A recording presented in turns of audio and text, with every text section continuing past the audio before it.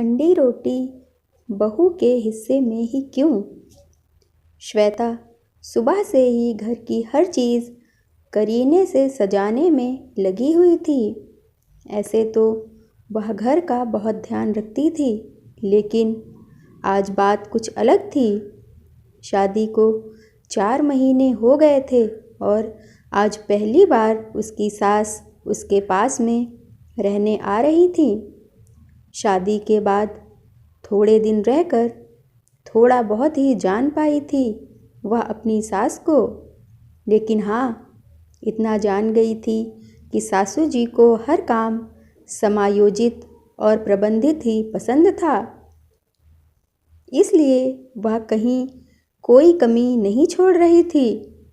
निश्चित समय पर श्वेता की सासू माँ मनोरमा जी घर में आ चुकी थी। घर में कदम रखते ही घर के कोने कोने ने श्वेता के गुणों का बखान स्वतः ही कर दिया और रसोई देखते ही तो मनोरमा जी का दिल प्रसन्न हो गया। मनोरमा जी का मानना था कि गृहिणी का तो दूसरा ठिकाना रसोई ही होता है। ऐसे में रसोई हमेशा जची और संभली होनी चाहिए। श्वेता से खुश होकर मनोरमा जी अपने बेटे मृदुल की तरफ देखकर बोली, कैसी लगी मेरी पसंद? आप ही की तरह परफेक्ट, कहकर घर के सभी लोग हंस दिए। रविवार का दिन था, मृदुल भी घर पर ही था। तुम लोग बैठो, आज मैं तुम्हें अपने हाथों से बनी गरम रोटी खिलाती हूँ। खाना खिलाने के बाद, बहू 2 रोटी का आटा ज़्यादा है, बना दूँ? हाँ मम्मी जी। उस दिन तीनों ने ही साथ में समय बिताया।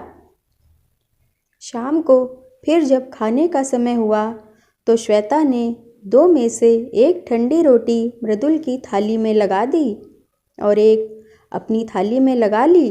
श्वेता, मनोरमा जी अचानक से थोड़ी क्रोध भरे स्वर में बोली, क्या हुआ मम्मी जी? कुछ गलती हो गई क्या? ये क्या किया? मृदुल की थाली में ठंडी रोटी क्यों रखी है? मम्मी जी 2 रोटियां थीं, एक वह खा लेंगे, एक मैं खा लूँगी। घर के आदमियों को कभी ठंडी रोटी खिलाई जाती है क्या? आदमियों से तो घर चलता है, उनकी कमाई से ही तो घर में बरकत होती है। घर के सबसे खास सदस्य वही होते हैं। ऐसे में उनके खान पान का हमें बहुत ध्यान रखना चाहिए। लेकिन मम्मी जी 1-2 रोटी तो हमेशा ही बचती है। ऐसे में अगर हम मिलकर ना खाएं तो मेरे हिस्से में महीने के आधे दिन तो ठंडी रोटियां ही बचेंगी। तो क्या हुआ? औरतें तो ठंडी रोटियां खा ही सकती हैं। तुम्हें ज़्यादा लग रहा है तो जब तक मैं यहाँ हूँ मैं खा लिया करूँगी। मम्मी जी कैसी बातें कर रही हैं आप तो घर के बड़े हैं। तो फिर तर्क को यहीं ख़त्म करो। आगे से मृदुल की थाली में ठंडी रोटी नहीं जानी चाहिए। जी मम्मी जी, गलती हो गई, कहकर श्वेता ने बात खत्म कर दी। श्वेता रोज़ बहुत ध्यान से आटा लगाने लगी, फिर भी 1-2 रोटियां तो ठंडी बच ही जाती थीं। फिर सासू जी के आदेश के चलते वह ठंडी रोटियां उसी के हिस्से में आती। मृदुल से इस बारे में उसने कुछ भी कहना उचित ना समझा, क्योंकि मनोरमा जी को इस बारे में दोबारा बात छेड़ना बिल्कुल पसंद नहीं आता। आज मनोरमा जी को आए 7 दिन हो चुके थे। दूसरा रविवार आ गया। मृदुल उस दिन घर पर ही था। रसोई के किसी काम से मृदुल बाजार में सामान लेने गया और वापस आते हुए 2 नग रसमलाई के ले आया। 2 कटोरी में डालकर उसने एक अपनी माँ को दिया और एक खुद खाने बैठ गया। मृदुल, ये क्या है? श्वेता के लिए रसमलाई कहाँ है? माँ, मैं तो 2 ही नग रसमलाई के लाया हूँ। क्यों, श्वेता को नहीं देगा क्या? अरे उसे क्या ज़रूरत है, घर की बहू है, रसमलाई क्यों खाएगी? वह घर की कोई खास सदस्य थोड़ी ना है। वह कौन सा घर के बाहर जाकर कमा कर लाती है? घर के थोड़े बहुत काम क्या कर लेती है? ऐसे में उसे क्या ज़रूरत है? ये कैसी बहकी बातें कर रहा है तू? मैंने क्या कभी ये सिखाया है कि बहुओं के लिए मिठाई ना लाई जाए? आदमी तो केवल कमा कर लाते हैं, उसको सही तरीके से प्रबंधित करके घर चलाने का काम तो औरतों का ही होता है। दोनों रेल की पटरी की तरह होते हैं, समन्वय कहीं भी बिगड़ा तो घर बिगड़ते देर नहीं लगती।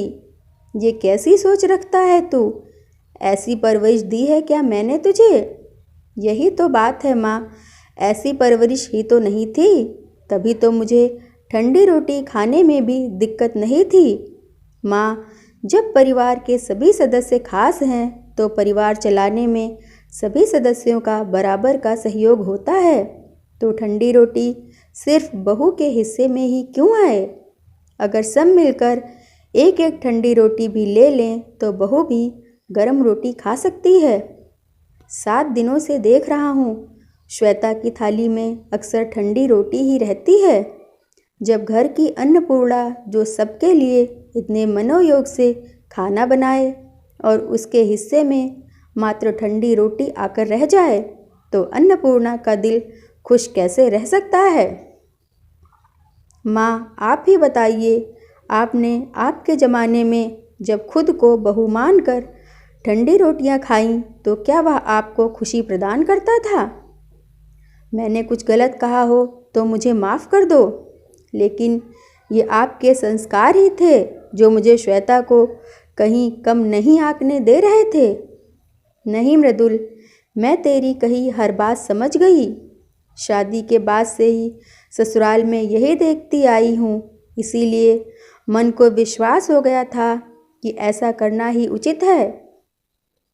श्वेता, अब से ठंडी रोटी हम सब मिलकर ही खा लेंगे, सिर्फ बहू के हिस्से के लिए ठंडी रोटियां नहीं होती हैं, कहकर मनोरमा जी ने अपनी रसमलाई में से आधी रसमलाई श्वेता के मुंह में डाल दी। श्वेता मृदुल की इस समझदारी को देख खुद को बहुत सौभाग्यशाली समझ रही थी। मेरी ये कहानी यहीं समाप्त होती है। यदि आप ऐसी और कहानियाँ सुनना चाहते हैं तो मेरे चैनल को सब्सक्राइब ज़रूर कीजिएगा। धन्यवाद।